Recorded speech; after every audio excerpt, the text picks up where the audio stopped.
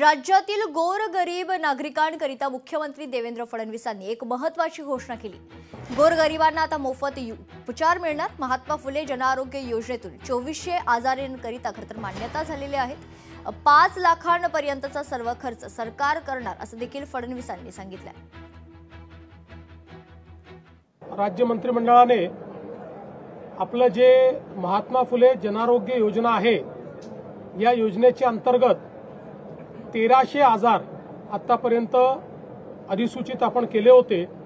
आज जवळपास त्याच्यामध्ये वाढ करून 2399 म्हणजे 2400 आजारांकरता आपण त्या ठिकाणी या योजनेच्या अंतर्गत मान्यता दिलेली आहे।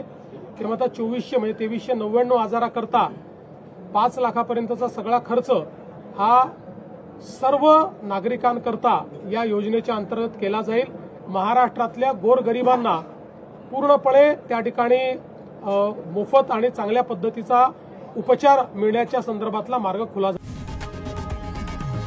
लोकशाही मराठी ऐका, पहा, जागरूक रहा।